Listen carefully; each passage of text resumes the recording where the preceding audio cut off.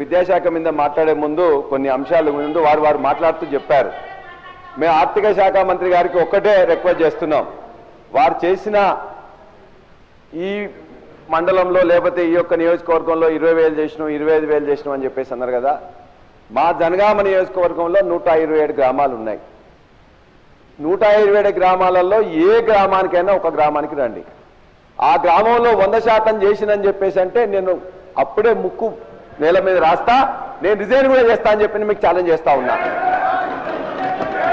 ఏ ఒక్క గ్రామం 107 గ్రామాల్లో రుణమాఫీ అయిపోయిందని చెప్పేసి.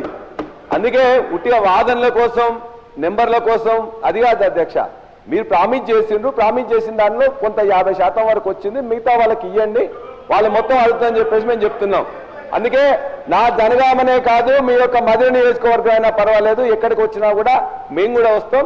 మేము తప్పు మాట్లాడినట్లయితే మా యొక్క ఆ రైతుల ముందే నేను ముక్కుని ఎగరాస్తా అధ్యక్ష. అది నేను వదిలిపెడుతున్నా అధ్యక్ష దాన్ని. ఎందుకంటే మేము ఇది మాట్లాడగానే వారు ఎందుకంటే సెంట్రల్ యూనివర్సిటీలో చదువుకున్నారు, మేము ఉస్మాన్ యూనివర్సిటీలో చదువుకున్నాం. వారికి కొద్దిగా ఎక్కువగా ఈ యొక్క గోబెల్స్ గురించి వాటి గురించి బాగా తెలుసు అధ్యక్ష. విద్యాశాఖలో ఇవాళ విద్యాశాఖకు మంత్రి గారుగా ముఖ్యమంత్రి గారు ఉన్నారు. ముఖ్యమంత్రి గారి పనితీరు ఎట్లా ఉంటుంది, ముఖ్యమంత్రి గారికి ఎంత టైం ఉంటుంది ఏం లేదని చెప్పి నేను సీఎంఓ ఆఫీస్లో పనిచేసిన కాబట్టి నాకు తెలుసు. కాబట్టి ముఖ్యమంత్రి గారు దానికి టైం ఇవ్వలేకపోతున్నారు. ఇప్పటిదాకా సెక్రటరీ కూడా 4 సార్లు సెక్రటరీలో మార్చిండ్రు. మాట్లాడుతున్నా అధ్యక్ష, నేను ఏం మాట్లాడతలేను. ఇవాళ ఆ విద్యాశాఖలో ఏదైతే ఈ 15 నెలల్లో జరిగిందో భారతదేశంలో ఏనాడు కూడా ఏ సంవత్సరంలో కూడా జరగనంతగా ఈ సంవత్సరంలో విద్యాశాఖలో స్కూల్ ఎడ్యుకేషన్లో 2 లక్షల మంది డ్రాప్ అవుట్ అయినరు. ఇది నేను రాసింది కాదు అధ్యక్ష, అనేక పేపర్లు వారు కూడా 1-2 సమయం మాట్లాడిండ్రు. 2 లక్షల మంది జూనియర్ కాలేజీలో డిగ్రీ కాలేజీలో మొత్తం తగ్గిపోయిండ్రు. యూనివర్సిటీల గురించి చాలా ఎక్కువగా చెప్పింది, మేము పట్టించుకోవట్లేదని చెప్పేసి అదే యూనివర్సిటీలో ఒక మహిళా యూనివర్సిటీకి పేరు మార్చి ఆ మహిళా యూనివర్సిటీకి పేరు మార్చి మొత్తం కూడా ఇలా ఒక్క ఇటుక పెట్టలేదు, ఒక్క రూపాయి ఇవ్వలేదు, ఒక్క రిక్రూట్మెంట్ చేయలేదు. ఇవాళ మొత్తం స్కూల్ ఎడ్యుకేషన్ కానీ హైయర్ ఎడ్యుకేషన్ కానీ యూనివర్సిటీ ఎడ్యుకేషన్ కానీ మొత్తాన్ని పండబెట్టింది అధ్యక్ష. అంతేకాదు ఆర్థిక శాఖ మంత్రులు ఒక మాట చెప్పిండ్రు. ఆర్థిక శాఖ మంత్రి గారు ఇక్కడే ఎల్ఓపిగా ఉన్నప్పుడు మొత్తం కూడా ఇలా ఈ యూనివర్సిటీ విద్యార్థులకు 3,000 రూపాయలు ఇస్తున్నారు, 1,500 రూపాయలు ఇస్తున్నారు. వాళ్ళకు కూడా 3,000 ఇచ్చే పరిస్థితుల్లో మీ ప్రభుత్వం లేదా? వాళ్ళందరినీ కూడా వ్యయంగా ఎందుకు ఎక్స్పెండిచర్ గా భావిస్తున్నారు? ఇది మానవ వనరుల మీద పెట్టిన అది, కాబట్టి మీరు ఎందుకు ఇవ్వట్లేదని చెప్పేసి అడిగారు. మరి వారే ఇలా ఆర్థిక శాఖ మంత్రి అయింది, వారు యూనివర్సిటీ నుంచి వచ్చిన వాళ్ళు. ఇంకో మాట కూడా చెప్పింది, ఇలా యూనివర్సిటీలో పేదవాళ్ళు ఉన్నారు, పేదవాళ్ళంత మాత్రాన వాళ్ళకి సబ్జెక్ట్ లేకుండా కాదు, వాళ్ళు ఇలా చాలా ఇబ్బంది పడుతున్నారు పెంచుతామని చెప్తే మేము నుంచి 1,500 నుంచి 1,800 చేసి దాన్ని 3 నెలల నుంచి ₹1 రాలేదు అధ్యక్ష. వీరు వచ్చిన 15 నెలల నుంచి కూడా ఏ యూనివర్సిటీకి కానీ ఏ ఎడ్యుకేషన్ డిపార్ట్మెంట్ కానీ ఎవరు కూడా ₹1 రాలే, ఒక్క ఇటుక పెట్టలే, ఒక్క రిక్రూట్మెంట్ స్కూల్ ఎడ్యుకేషన్ లో కొన్ని జరిపిన అధ్యక్ష. అంతే తప్ప కానీ ఎక్కడ చేయలేదు. దయచేసి విద్యాశాఖ మంత్రులుగా ఉన్న ముఖ్యమంత్రిగా నేను విజ్ఞప్తి చేస్తున్నాం, ఇది అందరూ కూడా ఆలోచించి. సార్, నేను పల్లారాజేశ్వర రెడ్డి గారు ఎడ్యుకేషనల్ ఇన్స్టిట్యూషన్స్ నడుపుతారు, చదువుకున్నవారు, వాస్తవాలకు కొంచెం దగ్గరగా మాట్లాడతారని ఆశించాను అధ్యక్ష. వారు మాట్లాడాలని కూడా కోరుకుంటున్నాను, ఎందుకంటే వారు కొంత లెఫ్ట్ ఆర్గనైజేషన్స్లో కూడా గతంలో పనిచేశారు. కొంచెం వాస్తవాలు చెప్తే మేము కూడా ఏమైనా పనికొచ్చామంటే వాడుకుంటాం అనుకున్నాం. కానీ మరీ ఇంత బ్లేటెంట్గా ముఖ్యమంత్రి గారు విద్యాశాఖ చూస్తున్నారు, వారి సమయం లేదు, ఏమి పట్టించుకోవట్లేదు అని అంటున్నారు. ఇది కరెక్ట్ కాదు అధ్యక్ష. ఒకవేళ మీరు పనిచేసినటువంటి ముఖ్యమంత్రి గారు ఆ రకంగా ఉండి ఉంటారు కాబట్టి అందరూ అట్లాగే ఉంటారని మీరు భావిస్తే అది కరెక్ట్ కాదు అధ్యక్ష. ఆ ముఖ్యమంత్రి గారు, నేను అధ్యక్ష, వారు ఎడ్యుకేషన్ శాఖ చూస్తూ ఉంటారు, మేమందరం ఈరోజు గర్విస్తూ ఉన్నాం. ఎడ్యుకేషన్ శాఖను వారు చూస్తూ ఈరోజు అధ్యక్ష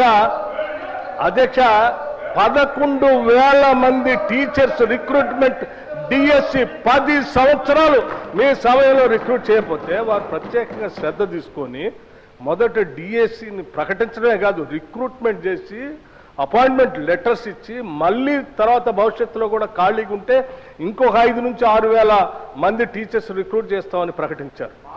this is what it shows how serious the CM is taking care of it.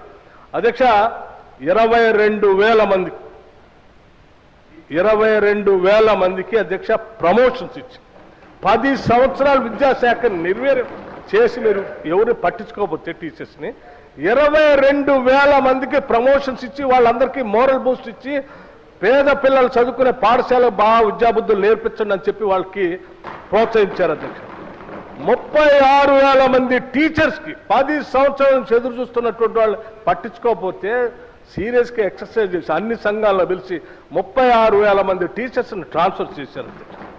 అంతెందుకు అధ్యక్ష, ఈ రాష్ట్రంలో ఉన్నటువంటి యూనివర్సిటీస్ని పూర్తిగా మీరు గాలికి వదిలేస్తే సామాజిక యాంగిల్లో కూడా ఆలోచన చేసి విద్యాబుద్ధులు నేర్పేటువంటి యూనివర్సిటీస్ అన్నింటిలో అందరికీ సమానమైన సామాజిక న్యాయం కూడా చేయాలన్నటువంటి ఆలోచనతో 12 మంది వైస్ ఛాన్సలర్స్ని సమాజంలో ఉన్నటువంటి అత్యంత వెనుకబడి ఉన్నటువంటి వర్గాల నుంచి కూడా తీసుకొని ఈరోజు వీసీలు నియమించడమే కాకుండా మనం అందరం గర్వకారణంగా చూసేటువంటి ఉస్మానియా యూనివర్సిటీ లాంటి యూనివర్సిటీకి మొట్టమొదటిసారి ఒక దళిత వీసీలు నియమించి ఈరోజు కమిట్మెంట్ ఏంటో చూపించారు అధ్యక్ష.